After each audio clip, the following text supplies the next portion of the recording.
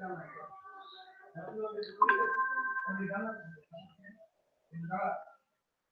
today we are going to study cell and tissue culture. Let's know what is cell culture first. Cell culture refers to culturing of cells derived from animal cells.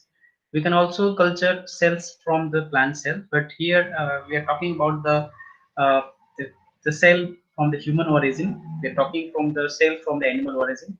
So here, cell culture, what does it mean? That we can culture, we can grow the cells in the culture media, and after that, if the number is increased, then we can do some study on the cells. So cell culture, what does it mean? That it refers to the culturing of the cells, growing of the cells, which are derived from the animal cells.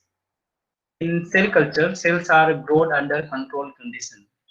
What does it mean? That when we grow cells in the cell culture media, then we give some specific environment, like the cell can grow at particular pH, some specific ion concentration, right?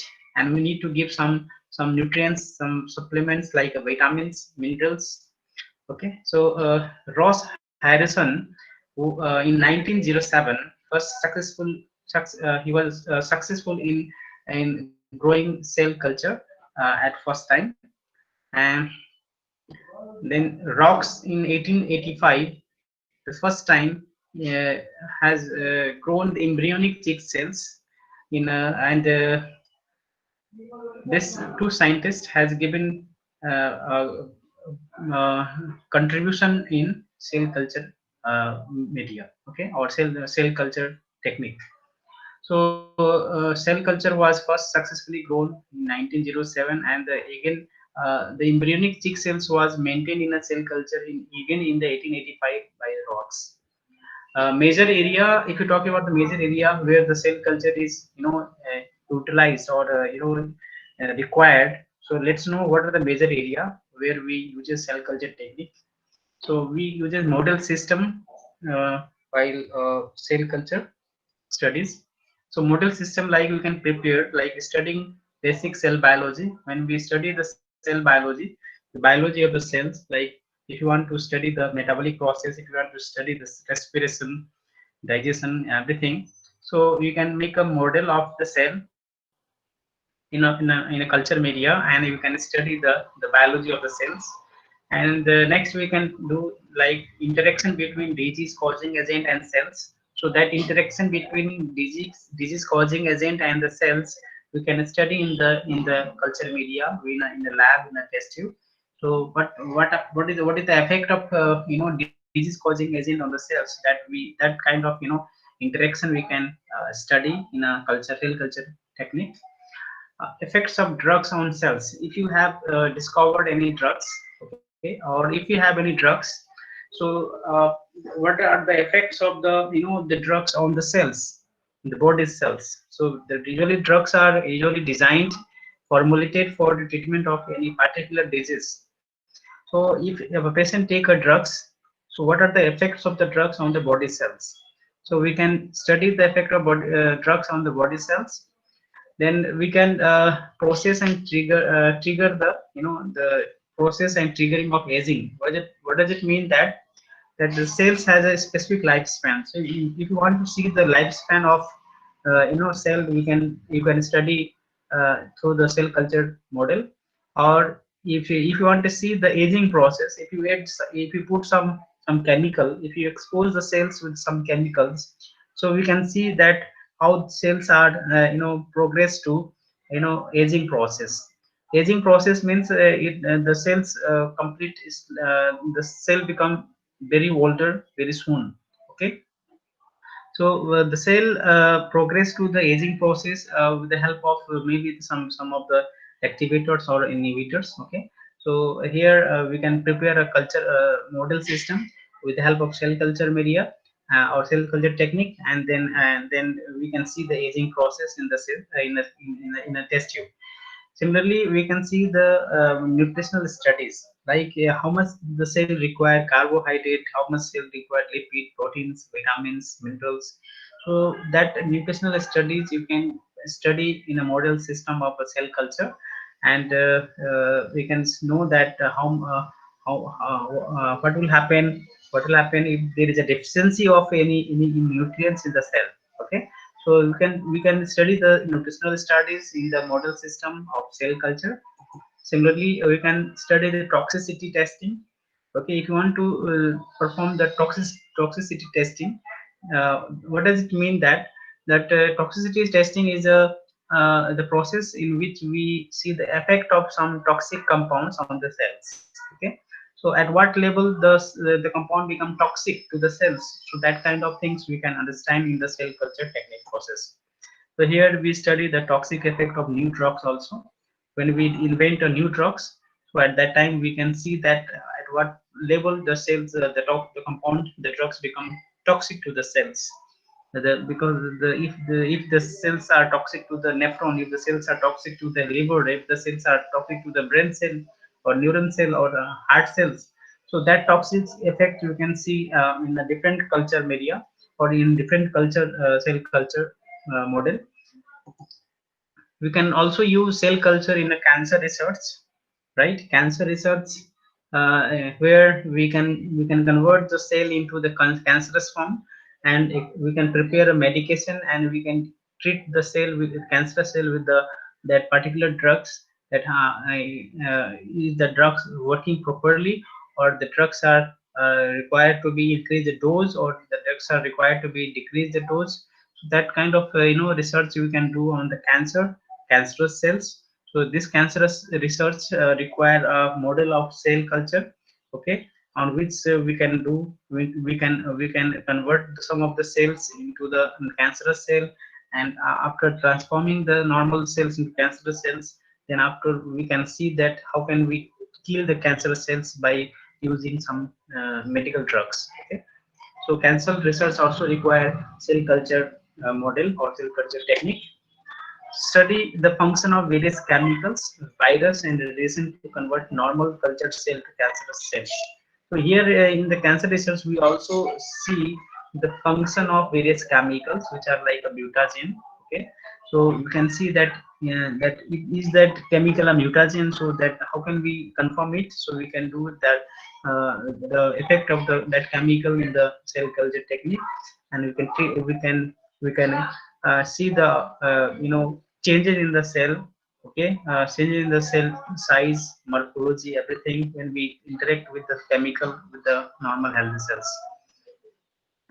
Also we can infect the cells with the virus, or we can expose with the radiation, and we can see that the cells are converted to cancer cells or not. Okay, right. So Krishna Yadav has joined right now.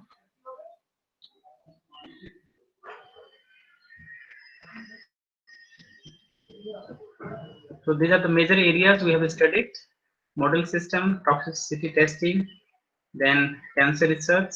Okay,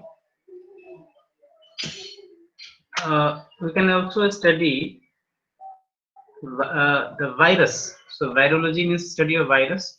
So when we want to study the viruses, we require cell culture technique. Cultivation of virus for vaccine production. This is required, very important. Like when we want to produce a vaccine for virus, then cell culture technique is required. Also, if you want to uh, study of virus infection cycle, like how the virus infect the cells. If you want to see the pathogenesis process, how does the virus affect the cells? Okay, and how the cells respond to the virus.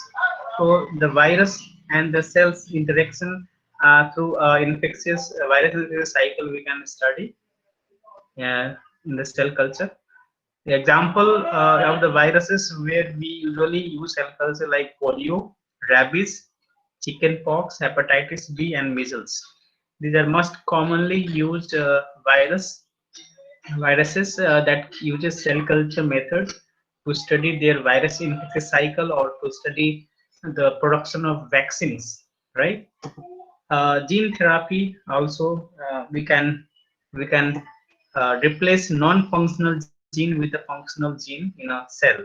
So if any cell has a non-functional gene or abnormal gene, and if you want to replace the abnormal gene with the normal one, functional one, then we can use gene therapy process. And gene therapy require the cell culture technique. Okay, so by using cell culture technique, we can successfully do the gene therapy. So here we have studied the major areas where cell culture techniques are needed. Now let's know what is tissue culture.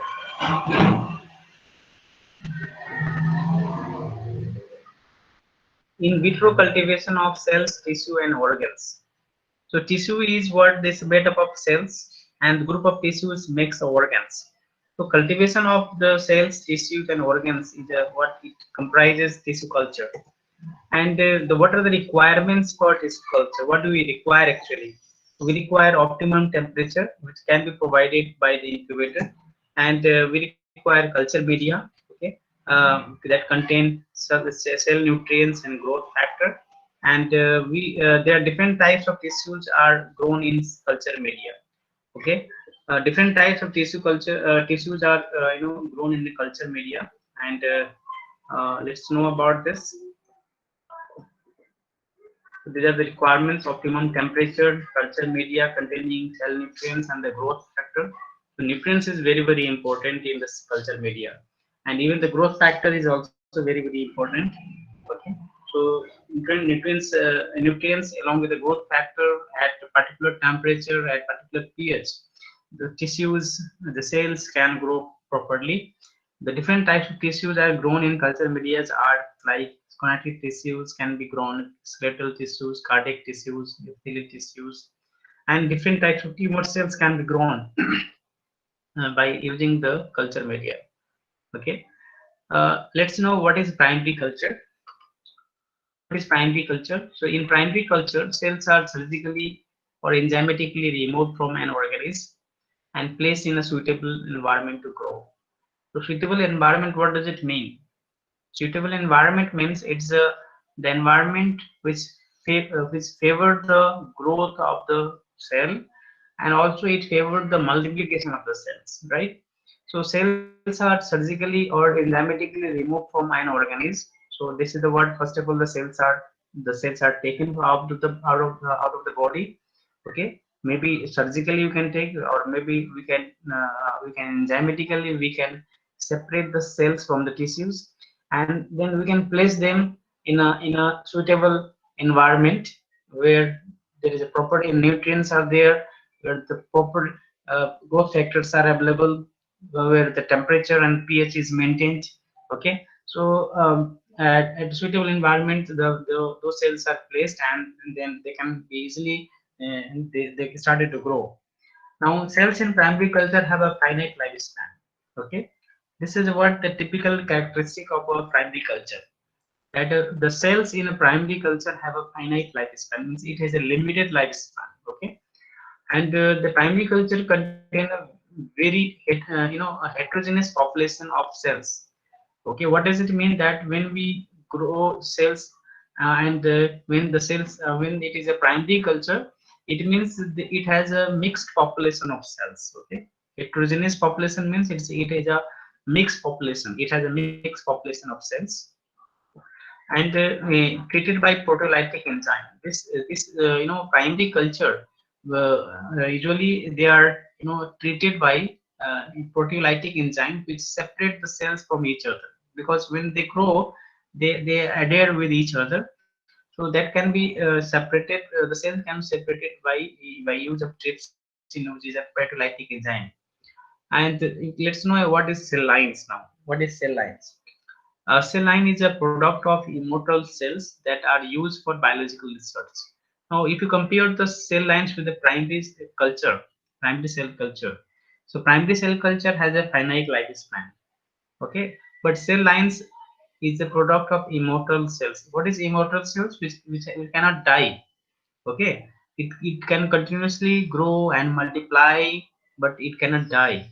So the cells are the cell line is a product of immortal cells, and they are usually used for the research purpose. Okay, So most common we have see, let's see the example, the images. We can see that it's HeLa cell lines, WRL68 and Jurkat. So different cell lines are available which contain different cells.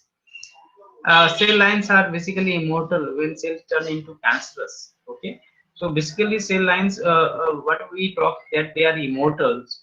Why they are immortal? Because they are transformed into the cancerous cell.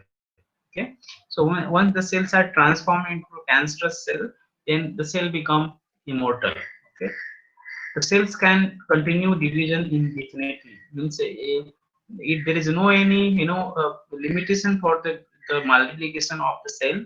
So cell division is a continuous process, and it's an indefined phases of the cell multiplication. What are the common cell lines? So human cell lines are the most common cell lines, where we can see the example of human cell lines: MCF7 breast cancer, HL60 leukemia, HEK293 human embryonic kidney, HELA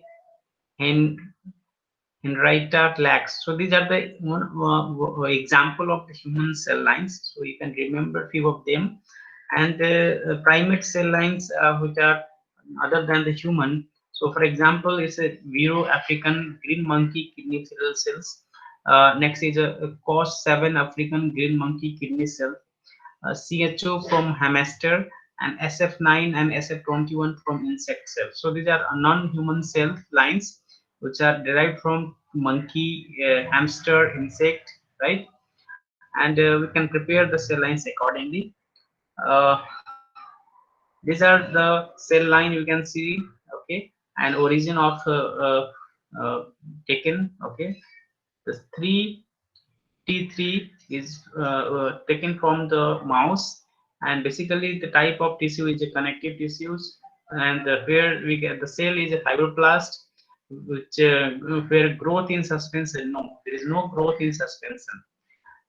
CHO cell line is a Chinese master origin cell line, taken from ovary of Chinese hamster, and the cell type is epithelial cell type, and it can grow in the suspension as well.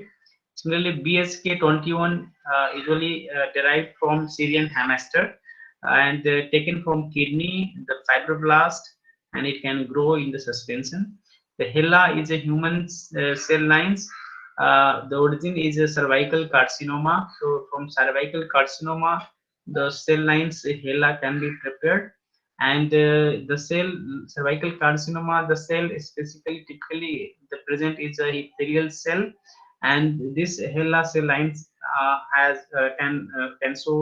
can grow in a suspension process, suspension medium. Okay, suspension means liquid. Okay, uh, how can a cell line be derived? So this is what the procedure is given, that this is what the uh, different animals, fish, hen, mouse, human. So we can isolate the organ. We can do the. You can take the some organ. We can isolate, and we can make them pieces. Okay, or we can take the full organs. And what we do the like organ culture. We keep the entire kidney in the culture media, and if there is some some of the part which are not there, maybe damaged, so that can be regenerated in the organ culture media. So here tissue explant culture, where tissue can be taken just like a part from small size of the organ. Okay, small pieces of the organ can be taken, so that can be considered as a tissue explant culture. Okay, so small piece of the organ is kept in a culture media, right? So here either you can take organ, or you can take a tissue from the organ. Okay, and after that you can see here, if you are doing organ culture, then directly you can see that we can do further cutting, and we can make the suspension of the cells of that organ. Okay, and further you can again let grow, then split. Then when they grow, they grow, and then they started to multiply, and we can split into the two different jar, and we can turn them into the cell line. This cell line has a infinite, infinite age, okay, but primary cell, primary culture cell has a finite life, okay. So this is what we can turn them into the infinite cell lines, okay. So this is the how we can prepare a cell line. So introduction to culture lab, cell culture lab. Okay, there are some equipments here. You can see like nitrogen, liquid nitrogen, centrifuge, vacuum ovens, cryotubes, microscope, ELISA reader, autoclave, uh, carbon dioxide thermostats, airflow solution dishes, freezers. So these are, some equipments are there which are very important, very essential while doing the experiment of the cell culture, tissue culture. Okay, carbon dioxide incubator which provide carbon dioxide. We can see the dishes like petri plate, some bottle like jar, vacuum oven, some oven which provides temperature for drying of these dishes, and we can use centrifuge to separate the cells from the suspension. We can use autoclaves for sterilization. We can use ELISA reader for studying the metabolites, some biochemicals, and so these are the equipments are required. And what is in the culture media? If you talk about the culture media composition, so the components are like Delveco modified Eagles media. So this is usually the name of the media is commonly used media is the Delveco modified Eagles media.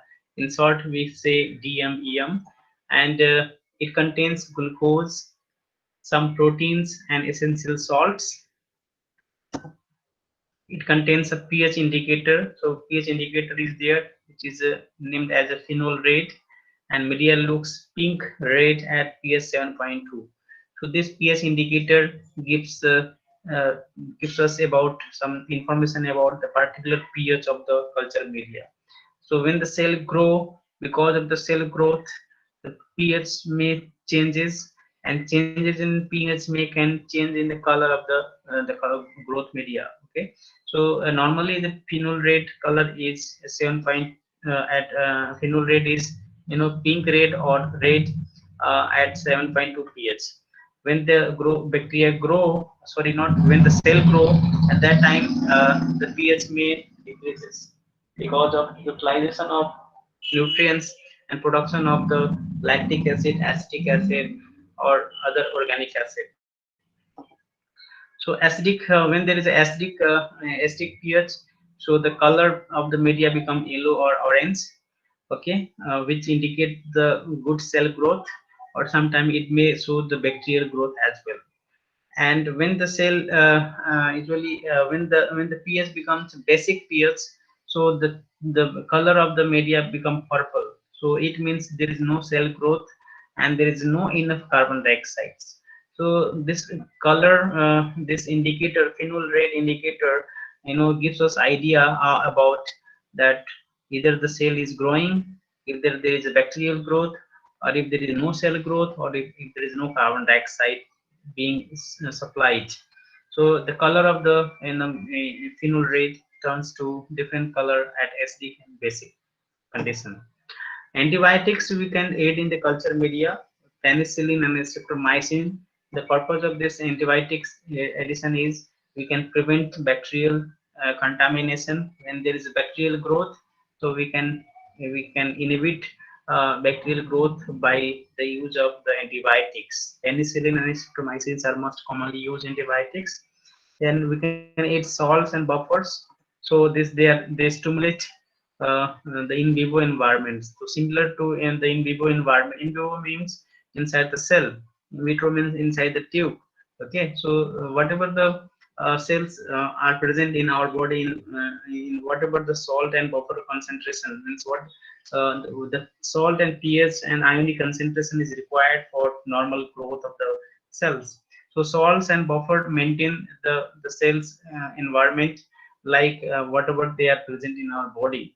Similar to that, we give the environment outside the body similar environment by putting approximate amount of salts and buffer.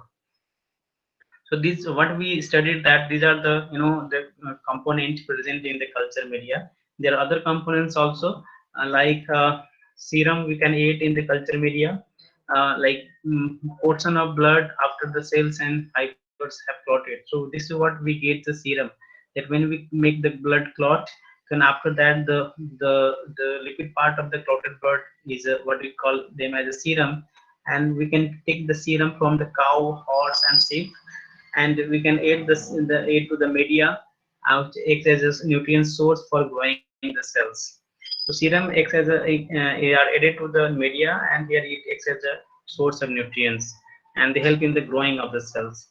We also put some lipid source and some protein source, as the cells require this lipid and proteins. Lipids are present in the cell membrane as a phospholipid, and proteins are some of the part of the cells, like structural protein, enzymatic proteins, catalytic proteins. Okay, so there are so many types of proteins are there. So when we provide protein as a source, that protein may be converted into the by the cells into the specific functional protein. So we have studied the composition of the cell culture media. Today we'll discuss up to here only. We'll continue in the next class. Till now, if you have any doubt, we can discuss over here. Any doubt till now? Let's discuss if you have any doubt.